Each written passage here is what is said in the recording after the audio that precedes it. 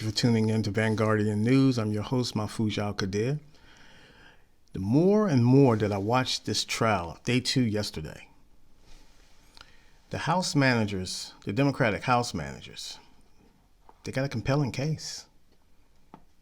And the more and more that I watch it, the evidence they presented, right now is a landslide in favor of the conviction. Now, we know that Republicans won't do it because they're fighting for their political careers, and they got primaries coming up during midterms. But the evidence that the House managers, the Democratic House managers, laid out yesterday is compelling. I think lost in all this, you have a police officer. People have lost their lives. Let's not forget that. People lost their lives with these cop killers, these terrorists, insurrectionists, whatever you want to call them, whatever adjective, whatever term, whatever's trendy that you want to call them. They had blood in their eye. And so what the House managers did was just basically,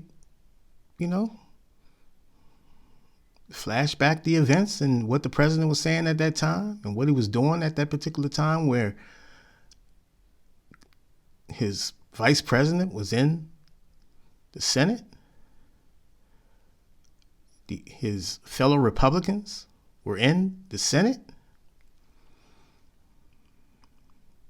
going about their business to ratify the election, doing their constitutional duty. And you have a president who incited a mob of terrorists.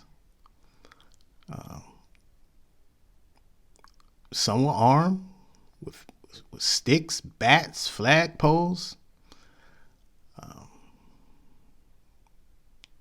They bludgeoned a Capitol police officer to death.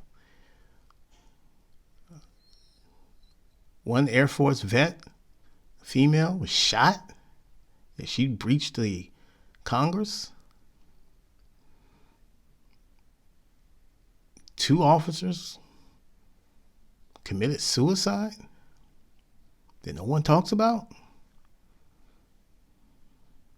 And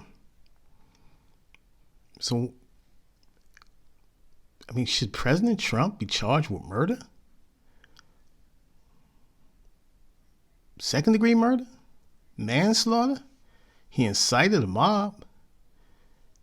His actions after the election, or even leading up to the election, his rhetoric was reckless. Do we let him skate just by impeachment? Shouldn't it be criminal charges? At least depraved indifference? His conduct, his language, his rhetoric fueled an angry mob who had blood in their eye. They wanted to hang Mike Pence. They wanted to terminate Nancy Pelosi on sight. They clearly was in the Capitol chanting, "Hang Mike Pence." They had a noose, a gallows. They were hunting down Congress members.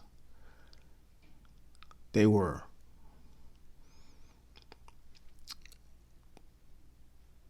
had a Confederate battle flag in the Capitol. So the president should just get off with impeachment? These are just questions. Right now, the case is overwhelmingly in favor of impeachment. Overwhelming. He should be convicted. But you got Republicans in there like Marco Rubio and Josh Hawley and Ted Cruz, amongst others, who said, we're wasting our time with this. Wasting our time. This is a waste of time. We have pressing issues to get on with. Really? The Capitol Police officer was trying to protect you, lost his life.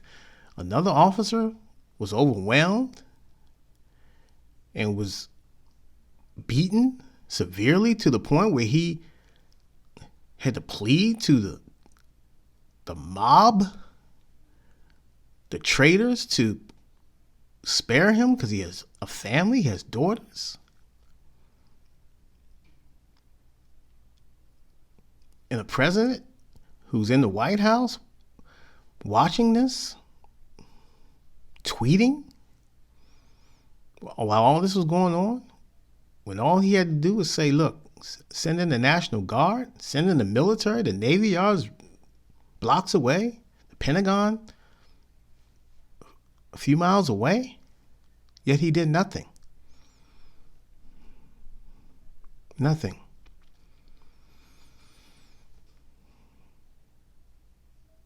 And we allow him to get away with this when people have lost their lives?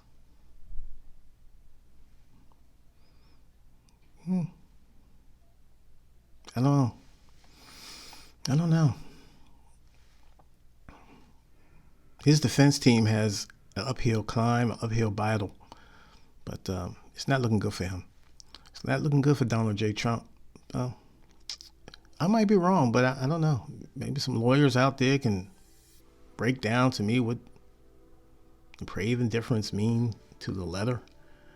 But seemed like he was right in that territory. He dipped in that territory, inciting that mob who had blood in their eye. They wanted to kill someone. They were there to kill some people. And the good thing was that the Capitol Police was able to barely beat them back enough to get the Congress safely safely hidden away. But it's terrible. All right, that's it for me. Let me know what you think about that. I'm just asking a question. That's all. Just a question. Take care.